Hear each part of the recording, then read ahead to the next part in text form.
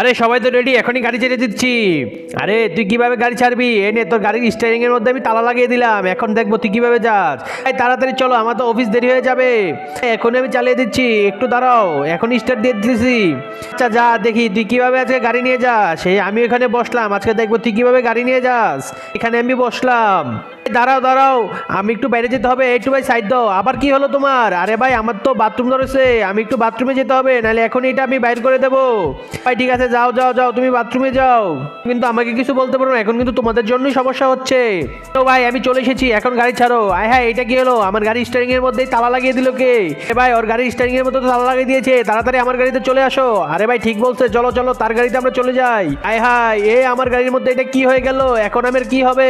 এ আল্লাহ, যে সুন্দর কোরআন সুবিধা দেখে ভিডিওতে লাইক সাবস্ক্রাইব করে দেবে তার সকল মনের আশা পূরণ হয়ে যাক। আর যে ভিডিওতে লাইক সাবস্ক্রাইব করবে না সেই সুন্দর কোরআন সুবিধাকে ভালোবাসে না। আর কমেন্টে আল্লাহু আকবার লিখে যাও। ভাই তোমরা সবাই উঠে গেছে তো? হ্যাঁ ভাই উঠে গেছে, এখন তুমি তাড়াতাড়ি গাড়ি চালাও। এই নো ভাই, গাড়ি চালিয়ে দিচ্ছি।